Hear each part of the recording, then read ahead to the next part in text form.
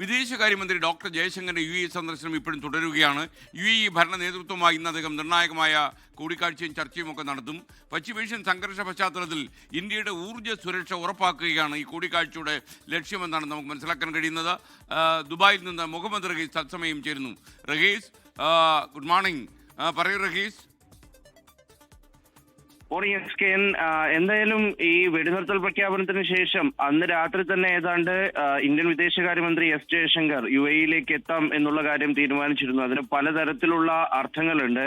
സ്വാഭാവികമായിട്ടും നയതന്ത്ര മേഖലയിൽ വളരെ പ്രധാനപ്പെട്ട ഒരു നീക്കം ഇന്ത്യ നടത്തും എന്ന് പ്രതീക്ഷിച്ചിരിക്കെ, അല്ലെങ്കിൽ അത്തരത്തിലൊരു അപ്പർ ഹാൻഡ് ഇന്ത്യക്ക് കിട്ടുമെന്നിരിക്കെ ഈ വിഷയത്തിൽ ഇടപെട്ടത് പാകിസ്ഥാനാണ്. പാകിസ്ഥാന്റെ ഇടപെടലിലൂടെ ഒരു വെടിനിർത്തൽ പ്രഖ്യാപനം ഉണ്ടാകുന്നു.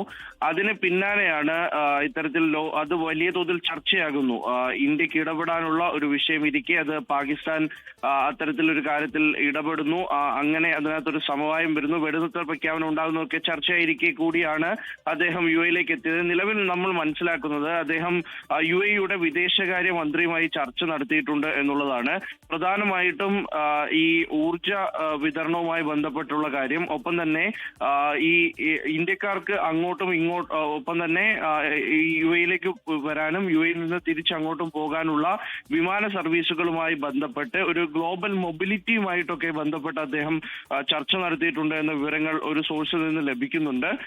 ഒപ്പം തന്നെ ഇത്തരത്തിൽ എങ്ങനെയാണ് പല കരാറുകളും ഇനി മുന്നോട്ട് കൊണ്ടുപോകേണ്ടതെന്നത് വളരെ നിർണായകമായിട്ട് മാറും. പ്രത്യേകിച്ച് ഈ UAE-യുമായി ബന്ധപ്പെട്ട് ഈ UAE പ്രസിഡന്റ് ഒരു 3 മണിക്കൂർ സന്ദർശനം, ഒരു മിന്നൽ സന്ദർശനം ഇന്ത്യയിലേക്ക് നടത്തുകയും അവിടെ വെച്ച് പല സുപ്രധാനമായിട്ടുള്ള കരാറുകളും അതിനെപ്പറ്റി സംസാരിക്കുകയും ഒക്കെ ചെയ്തിരുന്നു. അതിനുശേഷമാണ് ഇത്തരത്തിലൊരു സംഘർഷം മേഖലയിൽ ഉണ്ടാവുകയും ഏതാണ്ട് 10-40 ദിവസത്തോളം ആ സംഘർഷം നീണ്ടു നിൽക്കുകയും ചെയ്തു. അപ്പോൾ അതുകൊണ്ട് തന്നെ വരുന്ന ഈ കരാറുകൾ ഇനി ഏത് തരത്തിൽ നടപ്പിലാക്കും എന്നുള്ളത് വളരെ പ്രധാനമാണ്. അത് UAE-യുടെ സമ്പദ് വ്യവസ്ഥയും ഒപ്പം തന്നെ ഇന്ത്യയുടെ സമ്പദ് വ്യവസ്ഥയ്ക്കും വളരെ നിർണായകമായിട്ടുള്ളൊരു കാര്യമാണ്. അപ്പോൾ അതുമായി ബന്ധപ്പെട്ടുള്ള ചർച്ചയും നടത്തിയിട്ടുണ്ട് എന്നാണ് മനസ്സിലാക്കുന്നത്. അദ്ദേഹത്തിന്റെ പരിപാടിയിൽ UAE president Sheikh Mohammed bin Zayed Al നഹിയാനും ഒപ്പം തന്നെ ദുബായ് ഭരണാധികാരിയായിട്ടുള്ള Sheikh Mohammed bin Rashid Al മഖ്തൂമും ഒക്കെയായി ചർച്ച നടത്തും എന്നുള്ളത് നേരത്തെ വ്യക്തമാക്കിയിരുന്നു. അപ്പോൾ ആ കൂടിക്കാഴ്ചകൾ ഇന്ന് നടക്കുമെന്നാണ് മനസ്സിലാവുന്നത്. അദ്ദേഹം ഇന്നുകൂടി ഈ UAE-യിൽ ഉണ്ടാകും എന്നുള്ളതാണ് പറയുന്നത്. അപ്പോൾ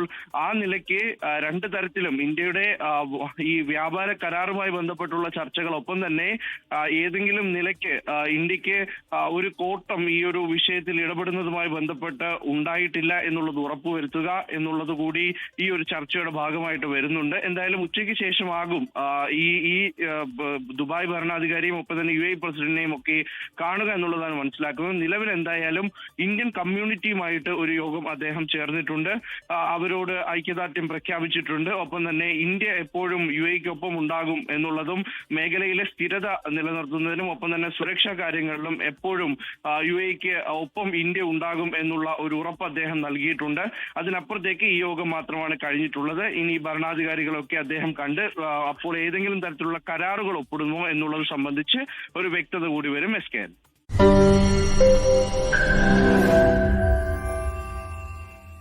ലോകത്തെവിടെയായാലും ഏത് സമയത്തും 24 വാർത്തകളും ഓഗ്മെന്റഡ് റിയാലിറ്റി പാക്കേജുകളും എക്സ്പ്ലെയിനറുകളും വിശദമായി കാണാൻ ഞങ്ങളുടെ YouTube ചാനൽ നിങ്ങൾക്ക് സബ്സ്ക്രൈബ് ചെയ്യാം.